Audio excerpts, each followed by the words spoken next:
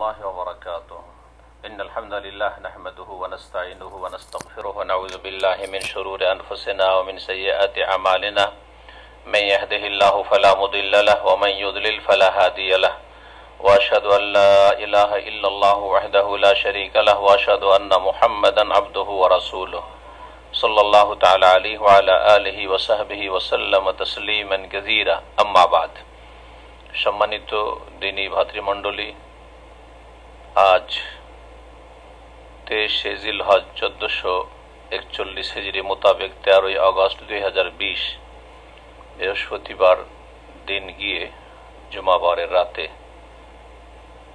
এই মোবারক রাতে আমরা যে বিষয়টি নিয়ে আলোচনা করব তা হচ্ছে আমাদের ধারাবাহিক বিষয়ের শেষ অংশ।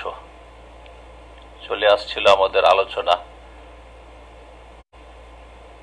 বালা মুসিবত থেকে রক্ষার শরীয়ী উপায় সম্পর্কে। আজকে পর্ব নম্বর 7, এটি হবে আমাদের এই বিষয়বস্তুর সর্বশেষ আলোচনা। তাতে একটি পয়েন্ট রয়েছে, কিন্তু গুরুত্বপূর্ণ পয়েন্ট। বালা মুসিবত থেকে রক্ষা পাওয়ার একটি গুরুত্বপূর্ণ উপায় হচ্ছে শিশুদেরকে, কচি কাচাদেরকে হেফাজতে রাখা, তাদের সুরক্ষিত করা, তাদের যত্ন নেওয়া, সার্বিক দিক থেকে যত্ন নেওয়া। আপনার কচি কাচাদের, ছেলে মেয়েদের সার্বিক দিক থেকে যত্ন নেবেন। এই বিষয়গুলি নিয়ে ইনশাআল্লাহ তাআলা 17টি পয়েন্ট রয়েছে যত্ন নেওয়ার। শিশুদের কিভাবে আপনি হেফাজত করবেন, কিভাবে তাদেরকে সুরক্ষিত করবেন, কিভাবে তাদের সঠিকভাবে যত্ন নেবেন, এই বিষয়গুলি ইনশাআল্লাহ বিস্তারিত আসবে। এর মাধ্যমে বালা মুসিবত থেকে রক্ষা পাবেন নিজেও, স্বামী স্ত্রী, ছেলে মেয়েদের বাবা মা, আর ছেলে মেয়েরা যারা আমাদের আগামী প্রজন্ম তারাও, এবং স্বামী স্ত্রী ছেলে মেয়ে নিয়ে একটি পরিবার, তাহলে ব্যক্তি, পরিবার, আর কয়েকটি পরিবার নিয়ে সমাজ, কয়েকটি সমাজ নিয়ে একটি অঞ্চল, আর কয়েকটি অঞ্চল নিয়ে একটি দেশ, আর কয়েকটি দেশ নিয়ে সারা বিশ্ব। তাহলে এইভাবে আমরা যদি পদক্ষেপ নিই, যা রাসূলুল্লাহ সাল্লাল্লাহু আলাইহি ওয়াসাল্লামের দিক নির্দেশনা, কোরআন এবং সুন্নাহর কথা, কারণ আমরা শরঈ রক্ষার উপায় আলোচনা করব, তাহলে ইনশাআল্লাহ তাআলা আমরা বালা মুসিবত থেকে নিজেদেরকে রক্ষা করতে পারবো, বাঁচাতে পারবো। প্রথম যে বিষয়টি সেটি হচ্ছে যে ছেলে মেয়েদের পিতা মাতা চয়েস করার ক্ষেত্রে যত্ন নেবেন। অর্থাৎ আপনি একজন পুরুষ মানুষ, আপনি কেমন স্ত্রী মনোনয়ন করবেন, আর আপনি একজন যদি মেয়ে হন, বোন হন, তাহলে কেমন স্বামী আপনি চয়ন করবেন, এই বিষয়টি আমাদেরকে শরীয়তের দৃষ্টিকোণ থেকে জানতে হবে, এবং জানার পরে আমল করতে হবে। আল্লাহ রাব্বুল আলামিন যেন তৌফিক দান করেন। এই মর্মে সহিহ বুখারী এবং মুসলিমের হাদিস, রাসূলুল্লাহ সাল্লাল্লাহু আলাইহি ওয়াসাল্লামের প্রসিদ্ধ হাদিস, তুনকাহুল মারআতু লিআরবা,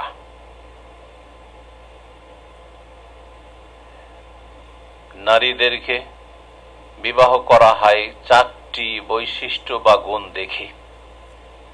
এটা হচ্ছে সঠিক অর্থ। অর্থাৎ মানুষের স্বভাব হচ্ছে যে নারীদেরকে বিবাহ করে তখন এই 4টি দিক দেখে। এই হাদিসের অর্থ কখনো এটা নয় যে তোমরা 4টি বৈশিষ্ট্য গুণ দেখে বিয়ে করো। যেমন এক শ্রেণীর এমন লোকেরা যারা দিন সম্পর্কে সঠিক জ্ঞান রাখে না, অথচ তারা আমাদের দেশের মুসলিম সমাজের বক্তাও, আলেম বলেও পরিচিত, বলে যে 4টা গুণ দেখে বিয়ে করো। একেবারে মিথ্যা কথা, একেবারে ভুল কথা। জি, এটা শরীয়তের কথা নয়। তবে মানুষের এটা হচ্ছে স্বভাব, 4টা বৈশিষ্ট্য দেখতে চায়। লিমা আলেহা ওয়ালি নাসাবিহা ওয়ালি জামালিহা ওয়ালি দীনিহা। ধন সম্পদ দেখে যে মেয়ের বাপ মার ধন সম্পদ কেমন আছে, অনেকে দেখে, আজকাল তো ধন সম্পদটাই দেখে, চাকরি বাকরি দেখে, কি পাবো এই দেখে, কি নিয়ে আসতে পারবে এইসব দেখে, আর বংশীয় মর্যাদা দেখে যে কোন বংশের। জি, এটা অনেকে গুরুত্ব দিয়ে থাকে। আর বলে জামালিহা, সৌন্দর্য দেখে, যেটা অধিকাংশ মানুষের কাম্য, বরং সবগুলি চাই। বলে দীনিহা, এবং দিন দেখে যদি একজন মুমিন মুসলিম হয় তাহলে। কিন্তু হে মুসলিম, হে আমার উম্মতের লোকেরা, ফাজফার বিজাতিদ দ্বীন, তুমি সফল হয়ে যাও দিনদার মেয়েকে বিবাহ করিয়া। দিনদার, ধার্মিক, আল্লাহ ভীরু মেয়েকে নিজের ঘরে নিয়ে এসে ধন্য হয়ে যাও, কামিয়াব হয়ে যাও। তাহলে আমাদেরকে দিন দেখতে হবে। ছেলে মেয়েদেরকে যদি যত্ন নিতে হয় বা ছেলে মেয়েদের যদি সুরক্ষিত করতে হয়, তাহলে প্রথম একজন পুরুষকে ভালো জমি খুঁজতে হবে, জমিটা যেন ভালো হয়। নিসাউকুম হারসুল্লাকুম, তোমাদের স্ত্রীরা তোমাদের শস্যক্ষেত্র। জি, ক্ষেত যেন ভালো হয়। ক্ষেত ভালো না হইলে শুধু বীজ দিয়ে কাজ হবে না, আর ক্ষেত ভালো কিন্তু বীজ ভালো নাই, তাতেও কাজ হবে না। এখন তো দেখলাম যে ক্ষেতটা এই হাদিসের আলোকে ভালো করতে হবে, সেটা জাতুদ্দিন, দিনদার যেন হয়, অন্য কিছু পায় আর না পায়। এখন বীজটা ভালো হইতে হবে।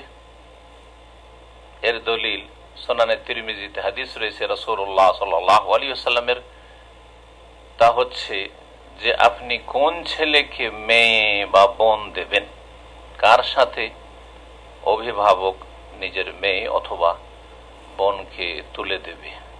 বলছে রাসূলুল্লাহ সাল্লাল্লাহু আলাইহি ওয়াসাল্লাম, ইযা খাতাবা ইলাইকুম মান তারদাউনা দীনাহু ওয়া খুলুকাহু ফাযাওয়িজু, তোমাদের কাছে যদি প্রস্তাব নিয়ে আসে এমন কোন ব্যক্তি যার দিন এবং চরিত্র তোমাদের কাছে পছন্দনীয়, তাদের দিনে কোনো ত্রুটি নেই, তাদের আখলাক চরিত্রে কোনো ত্রুটি নেই, দিন ভালো সেই ছেলের, সুতরাং তার মধ্যে আল্লাহর ভয় আছে, সে আল্লাহর হক যথাযথ পালন করবে,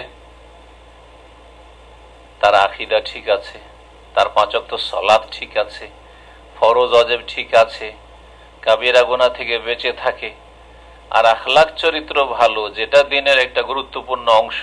কারণ আখলাক চরিত্র যদি ভালো না হয়, শুধু সহি আকীদা আর দাঁড়িয়ে আছে, 5 ওয়াক্ত সালাত আছে, কিন্তু আখলাক চরিত্র ভালো নাই, তাহলে আপনার মেয়েকে, আপনার বোনকে শান্তিতে রাখবে না। এই জন্য বিশেষভাবে দিনের এই দিকটা দেখতে বলা হয়েছে।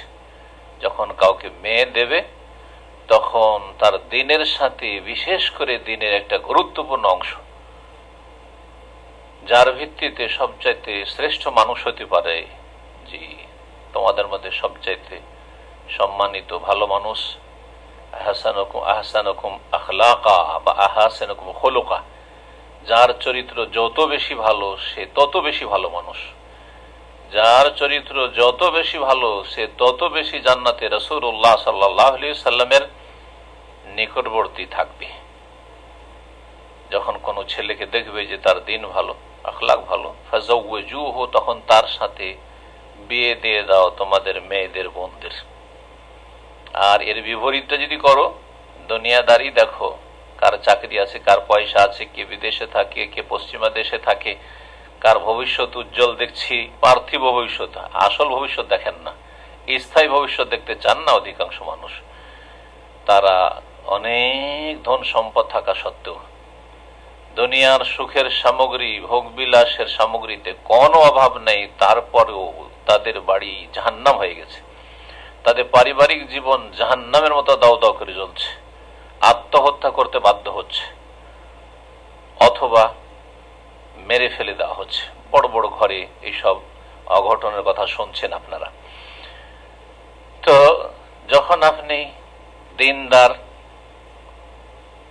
স্ত্রী নিয়ে আসলেন, বাচ্চাদের মা ভালো হইল, হচ্ছে আপনার ক্ষেত্র। আর বীজটা ভালো, যখন আপনি মেয়ে দেবেন কাউকে, তখন তার দিন দেখবেন, চরিত্র দেখবেন, তখন বীজটাও ভালো আপনি চয়েস করলেন। তাহলে তাদের মাধ্যমে এই যে ছেলে আর মেয়ে, সাবালক সাবালিকা, ভাই আর বোনের বিবাহ হইল, বিবাহ বন্ধনে আবদ্ধ হইল, আগামী প্রজন্ম ছেলেমেয়েরা যে আসবে তারা নেক হবে, তাদের জীবনে বরকত থাকবে, তাদের জীবনে শান্তি থাকবে, এবং তাদেরকে নিয়ে আপনি সুখী হতে পারবেন ইহকাল পরকালে, এবং আপনি বালা মুসিবত থেকে সুরক্ষিত থাকবেন। বাড়িতে না আপনার ছেলেমেয়েরা চোর ডাকাত জন্মেছে, না মদখোর জন্মেছে, না চরিত্রহীন জন্মেছে, না বাবা মাকে বাড়ি থেকে বের করে দিচ্ছে, ধন সম্পদ সবকিছু থাকা সত্ত্বেও বাড়ি থেকে বের করে দিচ্ছে, আশ্রয় নিতে বাধ্য বৃদ্ধাশ্রমে, না না, এমনটা হবে না। এছাড়াও বিভিন্ন দিক রয়েছে, কথা লম্বা হয়ে যাবে বেশি আলোচনা করলে। দ্বিতীয় যে বিষয়টি সেটা হচ্ছে, যখনই স্বামী স্ত্রী মিলন করবেন তার পূর্বে রাসূলুল্লাহ সাল্লাল্লাহু আলাইহি সাল্লামের সহিহ বুখারী মুসলিমের হাদিস ইবনে আব্বাস রাদিয়াল্লাহু তাআলা আনহুমা থেকে বর্ণিত, বলছেন, লাউ আন্না আহাদাহুম ইযা আরাদা আন ইয়াতি আহলা, যদি কোনো মানুষ যখন নিজ পরিবারের কাছে আগমনের ইচ্ছা করবে, সহবাসের ইচ্ছা করবে, তখন বলে বিসমিল্লাহ, আল্লাহর নামে শুরু করছি। আল্লাহ জান্নাবিনা শয়তান, হে আল্লাহ আমাদেরকে শয়তান থেকে দূরে রাখো। ও জান্নাবিশ শয়তানা মা রাযাকতানা, এবং যা আমাদেরকে দেবে তুমি, ছেলে মেয়ে সন্তান সন্ততি, সেগুলিকেও শয়তান থেকে দূরে রাখো, শয়তান থেকে রক্ষা করো। তাহলে শয়তানের অনিষ্ট থেকে আল্লাহর কাছে আশ্রয় চেয়ে নিলেন যে আমাদেরকেও রক্ষা করো শয়তানের অনিষ্ট থেকে। আর জিন শয়তান মানব জাতির সবচেয়ে বেশি ক্ষতি করে। জিন শয়তান মানব জাতির বিপদ আপদ বালা মুসিবতের কারণ অধিকাংশ ক্ষেত্রে।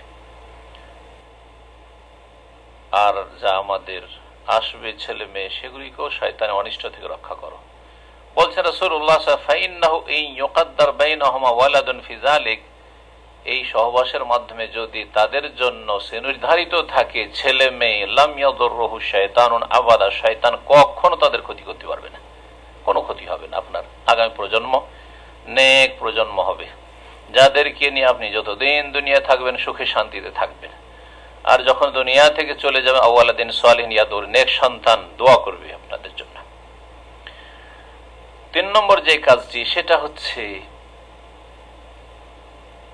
যে নবজাত সন্তান তার কানে আজান দেবেন, কিন্তু বিষয়টি নিয়ে দ্বিমত রয়েছে।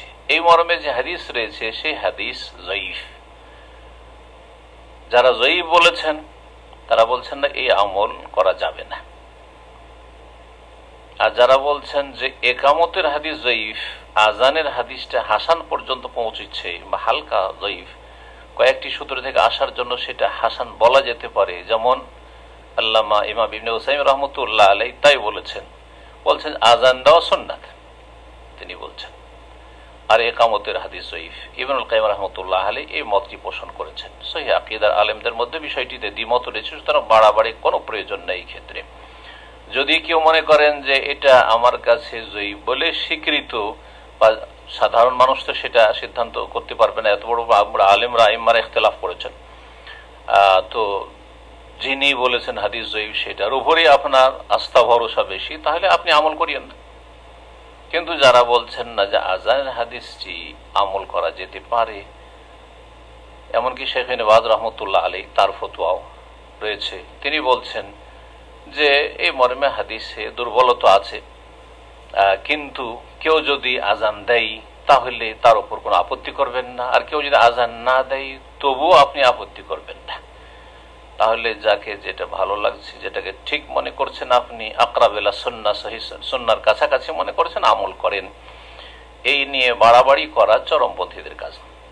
ফিকহি মাসাইলে বাড়াবাড়ি করা এটা সালাফদের মানহাজ নয়। সাহাবায়ে কেরামদের মধ্যে ফিকহি মাসাইলে, ইজতিহাদি মাসাইলে ইখতিলাফ ছিল, কিন্তু তাদের মধ্যে ফাটল ছিল না, তাফরিকা বিচ্ছিন্নতা ছিল না, অন্তর্দ্বন্দ্ব ছিল না, কলহ বিবাদ ছিল না, আর বাড়াবাড়ি ছিল না। 4 নম্বর যেটি, সেটি হচ্ছে নবজাত শিশুকে তাহনিক করা এবং বরকতের দোয়া দেওয়া। তাহনিক এবং তাবরিক।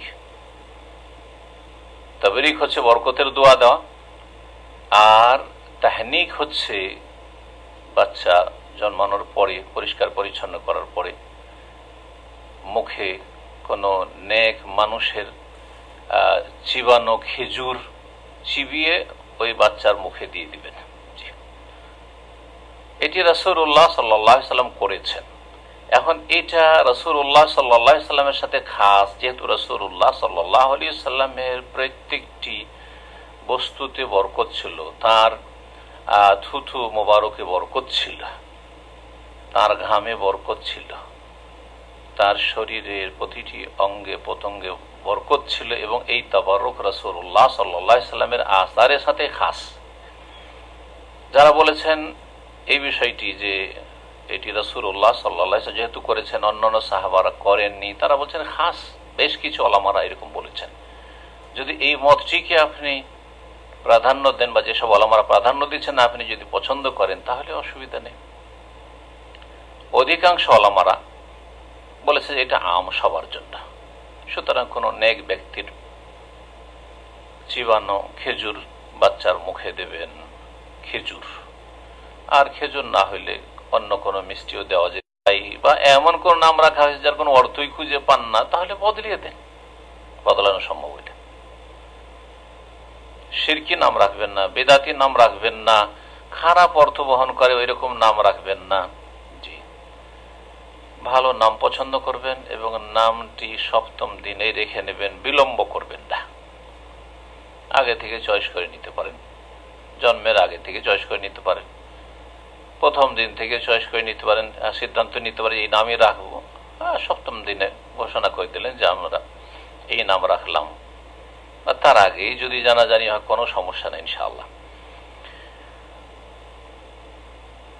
6 নম্বর কাজ হচ্ছে যে নবজাত শিশুর মাথা মুন্ডন করবেন।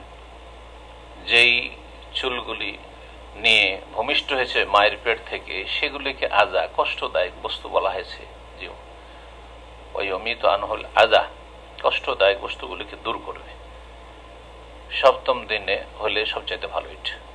আর আকিকা করবে, যেটা সপ্তম দিনে করা সুন্নত। কিন্তু এই সুন্নত যদি কারো ছুটে যায়, যে কোনো কারণে সম্ভব না হয়, তো তারপরে যে কোনো সময় করে নেওয়া যেতে পারে। আল্লাহু আ'লাম।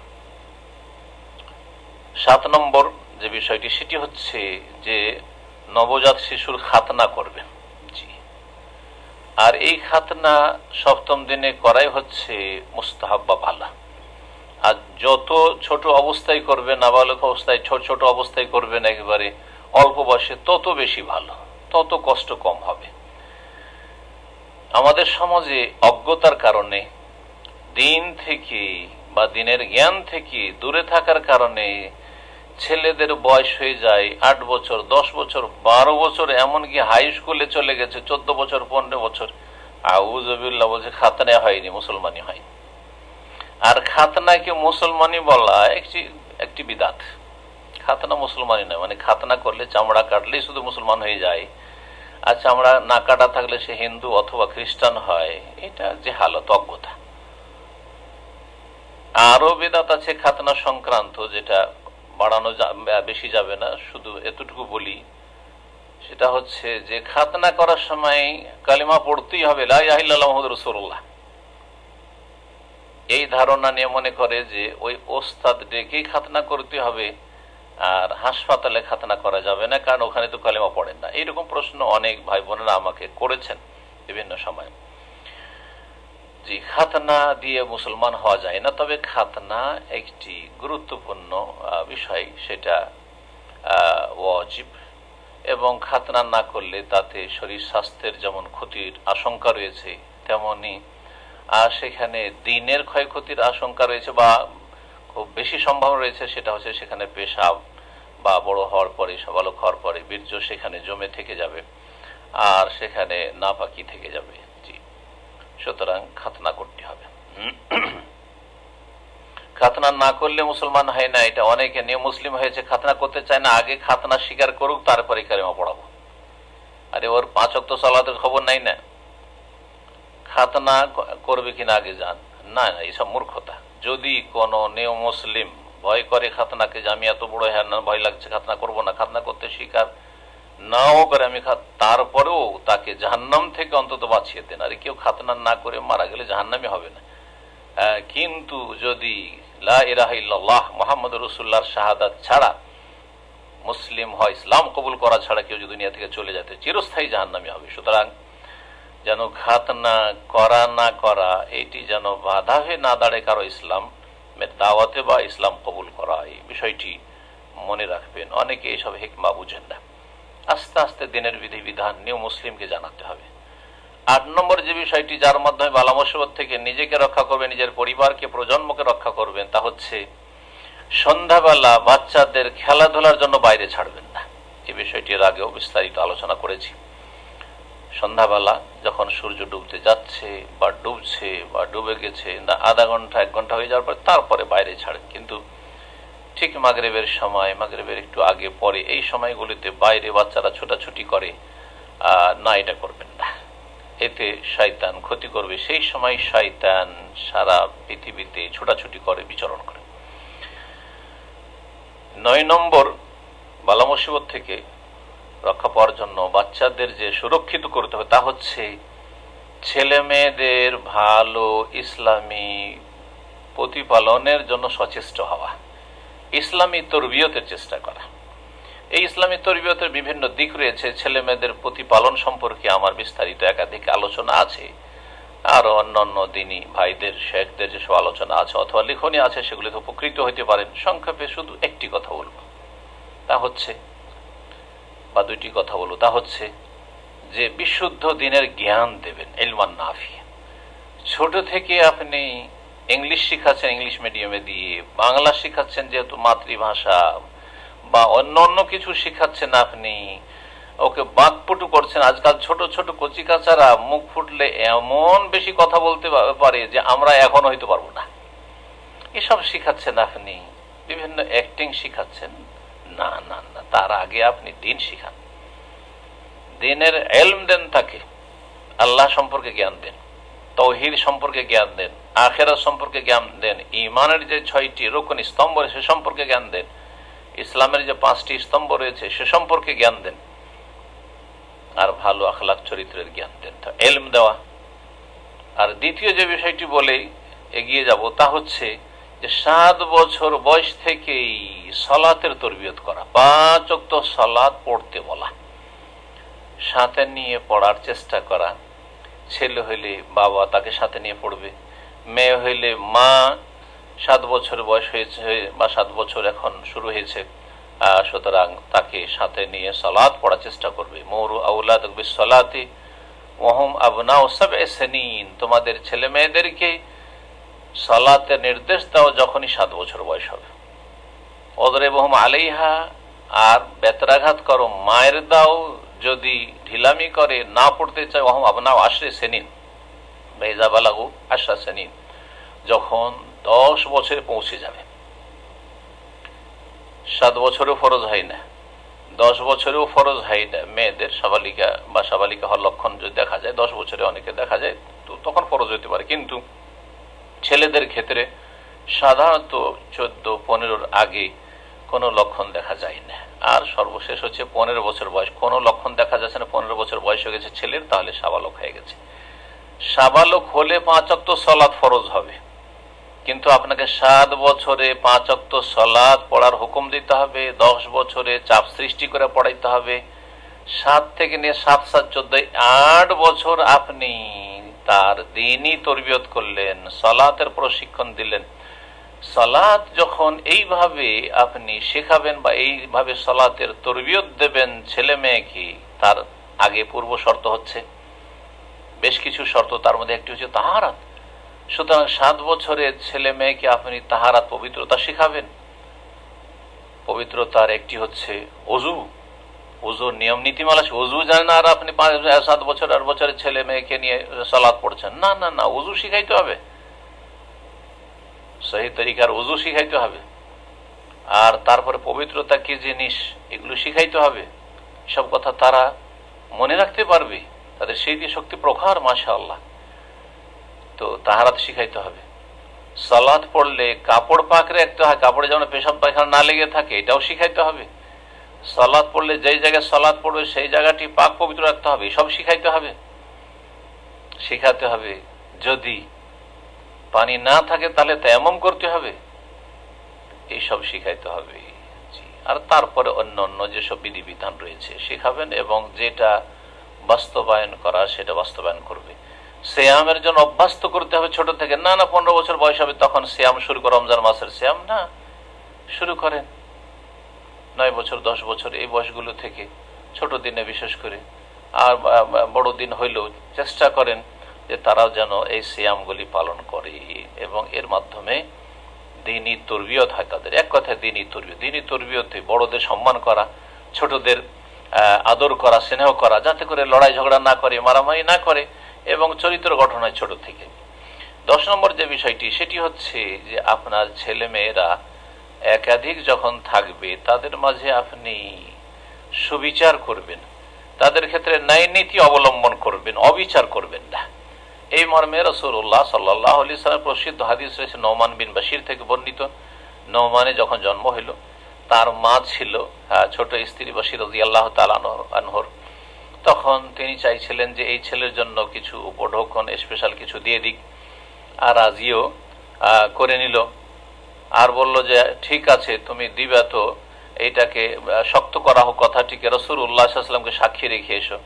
রাসূলুল্লাহ সাল্লাল্লাহু আলাইহি ওয়াসাল্লামের কাছে যখন গেলেন যে ইয়া রাসূলুল্লাহ, আমি নোমানকে কিছু দিতে চাই আর তার জন্য আপনাকে সাক্ষী রাখতে এসেছি, তখন রাসূলুল্লাহ সাল্লাল্লাহু আলাইহি ওয়াসাল্লাম বললেন যে হাল্লাকা ওয়ালাদুন গায়রা, ওর ছাড়া কি আর ছেলে মেয়ে আছে? হ্যাঁ, অন্য স্ত্রী ছেলে মেয়ে আছে।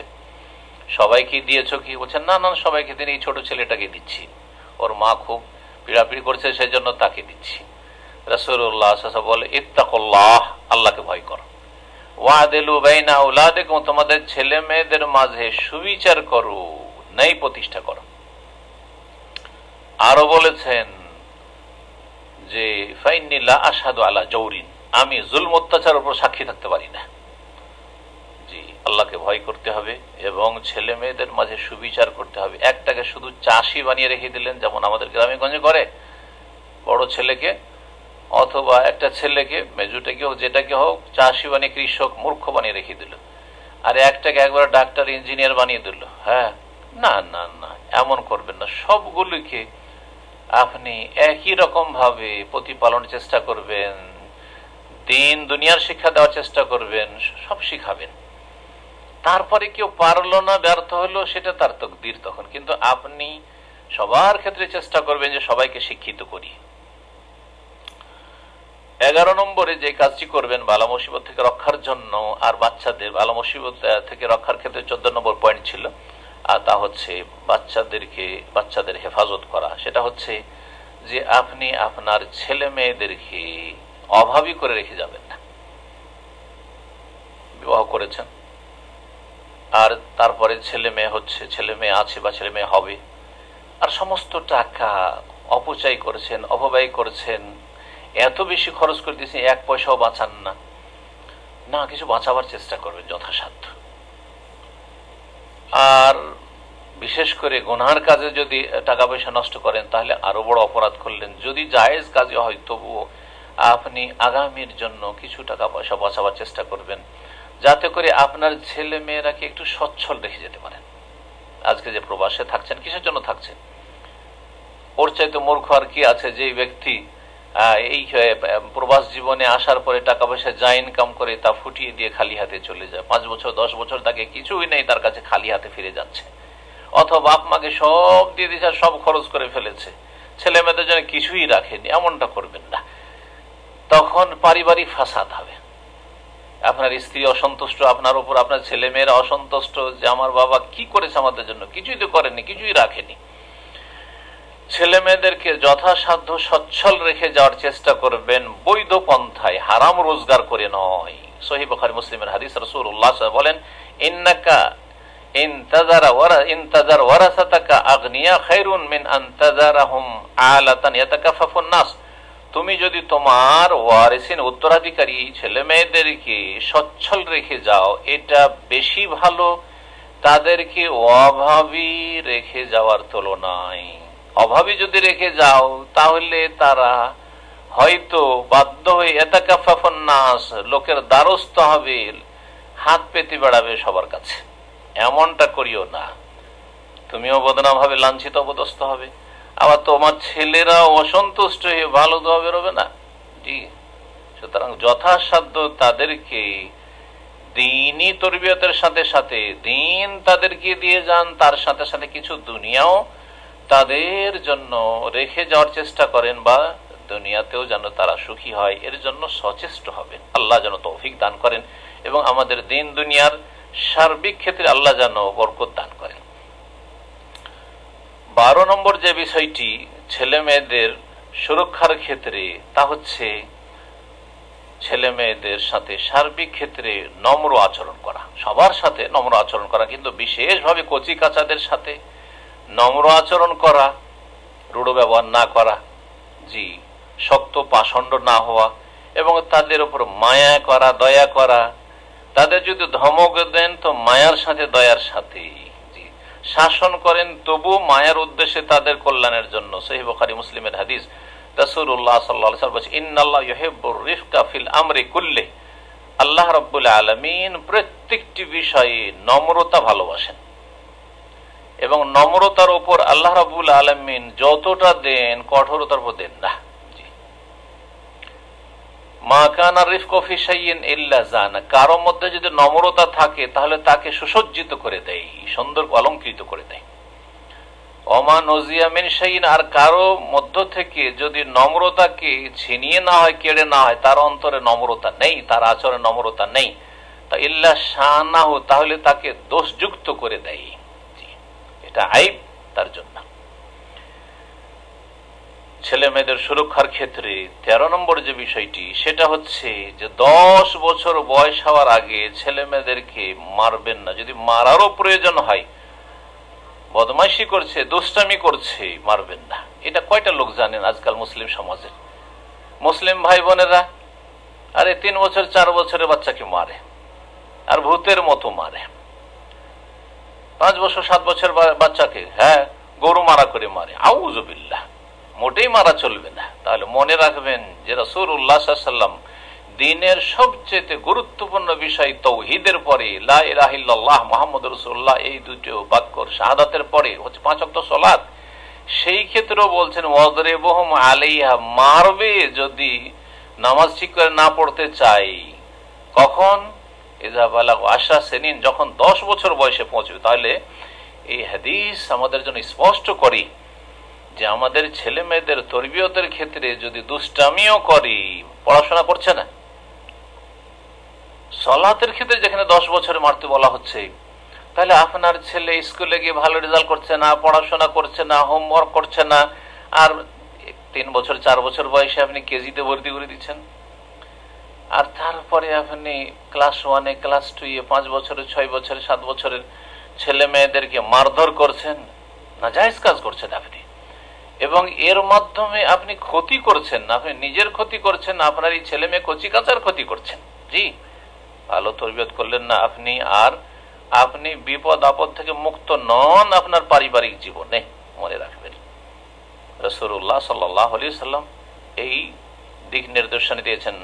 সুনান আবু দাউদের হাদিস, হাদিস সহিহ, ওয়াদরিবুহুম আলাইহা ওয়া হুম আবনাউ 10, ছেলে মেয়েদেরকে মারবে যখন তাদের বয়স 10 হয়, তাও মারবে, মানে মারতে বাধ্য হইলে মারবে, এবং সে মারটা হবে আদব দেওয়ার জন্য, আযাব দেওয়ার জন্য নয়, ইকাব দেওয়ার জন্য নয়, শাস্তির জন্য নয়, বরং আদব শেখানোর জন্য। সুতরাং তাতে থাকবে মায়া মিশ্রিত, এবং সেটা হবে হালকা, সেটা হবে আপনার জায়গা বুঝে, সেটাতে কোনো ক্ষতি না হয়ে যায়, বড় ধরনের ব্যথা না পায়, ইত্যাদি ইত্যাদি। এই জন্য সাহাবায়ে কেরাম থেকে এইসব বর্ণনা রয়েছে যে তারা মিসওয়াক দিয়ে মারার কথা, এমনকি স্ত্রীকেও যদি মারতেই হয় মিসওয়াক দিয়ে মারা। মিসওয়াক দিয়ে কি লাগে? জি, বেত দিয়ে নয়, লাঠি দিয়ে নয়, আর অন্য কিছু দিয়ে না, আর কিল ঘুষি দিয়ে না, জি, মিসওয়াক দিয়ে মারা। হালকা কিছু সামান্য এই ধরনের কথা বলা হয়েছে। সাহাবায়ে কেরামরা এইরকমই করেছেন প্রয়োজনে রাদিয়াল্লাহু তাআলা আনহুম। 14 নম্বর ছেলে মেয়েদের সুরক্ষার ক্ষেত্রে যে বিষয়, সেটি হচ্ছে যে ছেলে মেয়েদের জন্য নেক দোয়া করবেন। আপনি সবসময় দোয়া করবেন, যতই দুষ্টামি করুক না কেন দোয়া করবেন। রাসূলুল্লাহ সাল্লাল্লাহু আলাইহি ওয়াসাল্লামের হাদিস, আবু দাউদে রয়েছে হাদিসটি হাসান, সালাসু দাওয়াতিন মুস্তাজাবাত, 3 প্রকারের দোয়া রয়েছে যে দোয়াগুলি কবুল হয়, লা শাক্কা ফিহিন্না, যাতে কোনো সন্দেহ নাই কবুল হয়। দাওয়াতুল ওয়ালিদে, পিতামাতার দোয়া, ওয়া দাওয়াতুল মুসাফিরে, মুসাফিরের দোয়া, দাওয়াতুল মাজলুমে, ও নির্যাতিত ব্যক্তির দোয়া। সুতরাং আপনি বাপ, আপনি মা, সুতরাং আপনি দোয়া করবেন ছেলে মেয়ে যতই বদমাইশি করুক না কেন, যতই খারাপ হোক না কেন, ভালাইয়ের দোয়া করবেন, কল্যাণের দোয়া করবেন। আরব দেশে যারা থাকেন জানেন, আল্লাহ ইয়াহদিক, আল্লাহ তোমাকে হেদায়েত করুক, আল্লাহ ইউসলিহুক বা আসলাহাক আল্লাহ, আল্লাহ তোমার ইসলাহ করুক, আল্লাহ সংশোধন করুক, এইভাবে দোয়া করবেন। ভালো দোয়া করেন, মন্দ দোয়া করে লাভটা কি? গাল মন্দ করা, মর মর, তুই বেঁচে আছিস, হ্যাঁ তুই মরিস নি, ভালো হইতো, তোর হাত পা ভাঙতুক তো ভালো হইতো, আরে ধ্বংস হয়ে যাবে, বরবাদ হয়ে যাবে। এবং সেই ছেলে মেয়ে এগুলি শিখবে, সুতরাং ওই পরিবারে অশান্তি ছাড়া কিছু থাকবে না।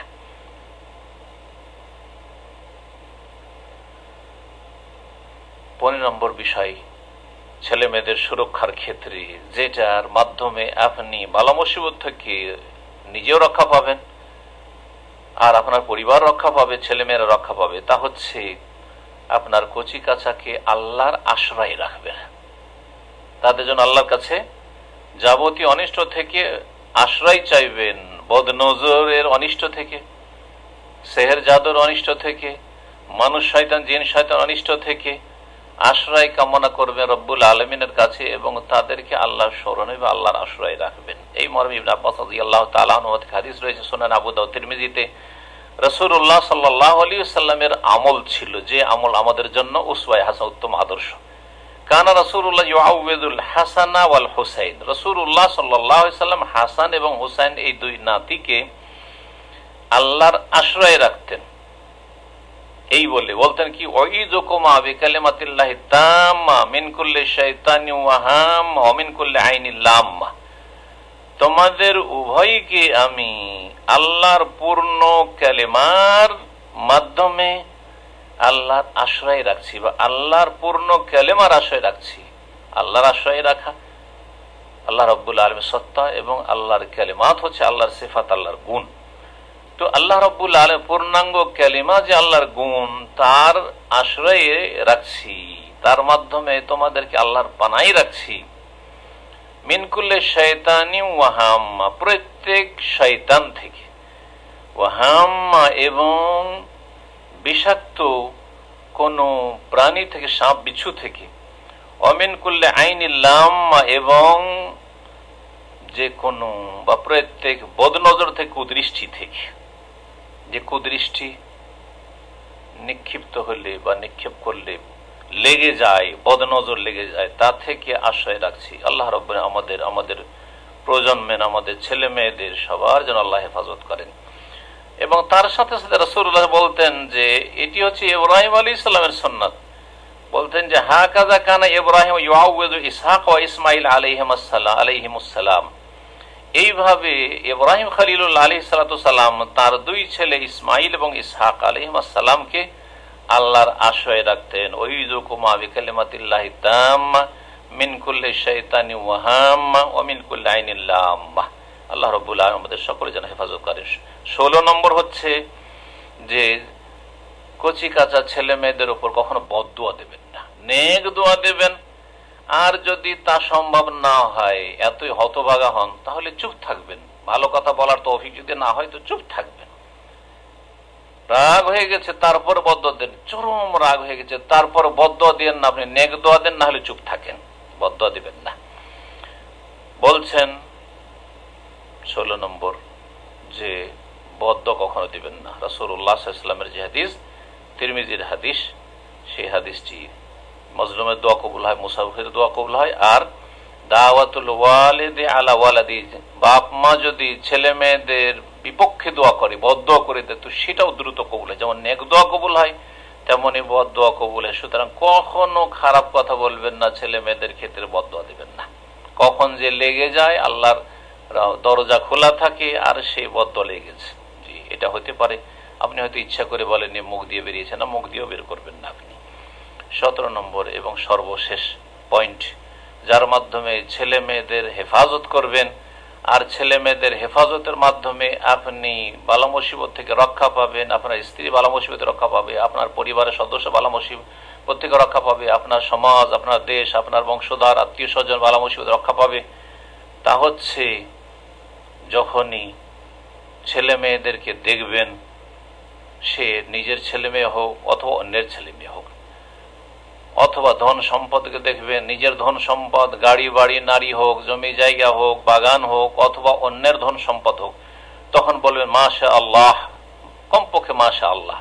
আল্লাহ যা চান তাই হয়, আল্লাহ যা চেয়েছেন, আল্লাহর চাওয়া, আমাদের চাওয়াতে কিছু হয়। মাশা আল্লাহ লা কুওয়াতা ইল্লা বিল্লাহ। এই ক্ষেত্রে কোরআন কারীমের সূরা কাহফের আয়াত নম্বর 39 স্মরণ করিয়ে দিয়েছি। আল্লাহ রাব্বুল আলামিন এক বাগানের মালিকের কথা বলছেন, যে অহংকারী ছিল, বলছে ওয়ালাউলা ইয দাখালতা জান্নাত, তুমি যখন তোমার বাগানে প্রবেশ করেছিলে তখন কেন বলনি কুলতা, কেন বলনি মাশা আল্লাহ লা কুওয়াতা ইল্লা বিল্লাহ, আল্লাহ যা চান আলহামদুলিল্লাহ, আল্লাহ চেয়েছেন হয়েছে। লা কুওয়াতা ইল্লা বিল্লাহ, আল্লাহ ছাড়া আমাদের কোনো ক্ষমতা নেই, আমরা কাজ করতে পারি কিন্তু রেজাল্ট, ফলাফল এইরকম বাগান আমার হবে এটা আমার হাতে নয়। আমার হাতে না আমার ধন সম্পদ রয়েছে, না আমার ছেলে মেয়ে রয়েছে, কোনো কিছু আমার হাতে নেই। আমাদের শুধু দুনিয়ার যেসব উপায় উপকরণ রয়েছে, মাধ্যম রয়েছে, সেগুলি অবলম্বন করতে পারি, সেই ক্ষেত্রে আমরা অত্যন্ত দুর্বল।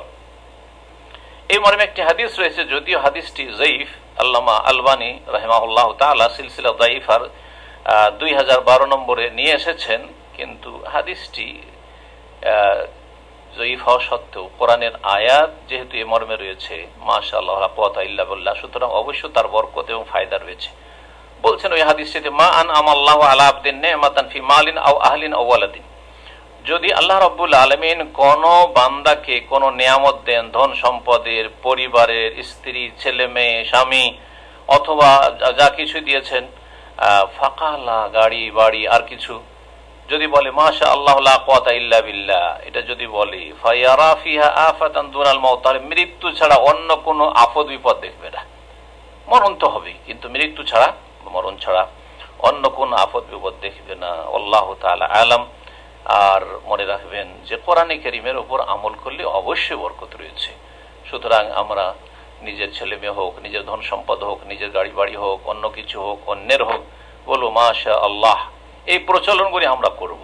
আল্লাহ রাব্বুল আলামিন যেন আমাদেরকে তৌফিক দান, এবং সেটা শুধু প্রচলন গতানুগতিক নয়, বরং অন্তর থেকে আমরা বলবো মাশা আল্লাহ লা কুওয়াতা ইল্লা বিল্লাহ। আল্লাহ রাব্বুল আলামিন যেন আমাদের সমস্ত রকমের বালা মুসিবত থেকে হেফাজত করেন, এবং যেসব ভাই বোনদের বালা মুসিবত রয়েছে আল্লাহ যেন দূর করে দেন, যেসব ভাই বোনেরা অসুস্থ রয়েছেন আল্লাহ যেন তাদেরকে পূর্ণ শিফা দান করেন, যারা মহামারীতে আক্রান্ত রয়েছে বর্তমানে আল্লাহ তাদের মহামারী যেন দূর করে দেন, যারা মহামারীতে এই দুনিয়া থেকে চলে গেছেন আল্লাহ তাদের রুহের মাগফিরাত করে জান্নাতুল ফিরদাউস দান করেন, তাদের শাহাদাত কবুল করেন, এবং যারা সুস্থ আছেন আল্লাহ তাদেরকে সার্বিক সুস্থতা দান করেন। যারা শারীরিকভাবে সুস্থ আছেন, মানসিক সুস্থ আছেন, কিন্তু দিনের দিক থেকে অসুস্থ, শিরক বিদআতে লিপ্ত আছেন, পাপে লিপ্ত আছেন, 5 ওয়াক্ত সালাত পড়ছেন না অথচ মুসলিম, বিভিন্ন পাপে জড়িয়ে আছেন, তাদেরকে আসল সুস্থতা হচ্ছে ঈমানি সুস্থতা, নেক আমলের, ইবাদত বন্দেগীর সুস্থতা। আল্লাহ যেন আমাদের সকলকে সার্বিক সুস্থতা দান করেন। এখানে আলোচনা শেষ করছি। আল্লাহ রাব্বুল আলামিন আমাদেরকে যেন দুনিয়া আখিরাতে সার্বিক কল্যাণ দান করেন। রব্বানা আতিনা ফিদ দুনিয়া হাসানা ওয়া ফিল আখিরাতি হাসানা ওয়া কিনা আযাবান নার। রব্বানা আতিনা মিন লাদুনকা রাহমাতাও ওয়া হাইয়্ লানা মিন আমরিনা রাশাদা। ওয়া সাল্লাল্লাহু ওয়া সাল্লাম আলা নাবিয়িনা মুহাম্মদ ওয়া আলা আলিহি ওয়া সাহবিহি আজমাইন।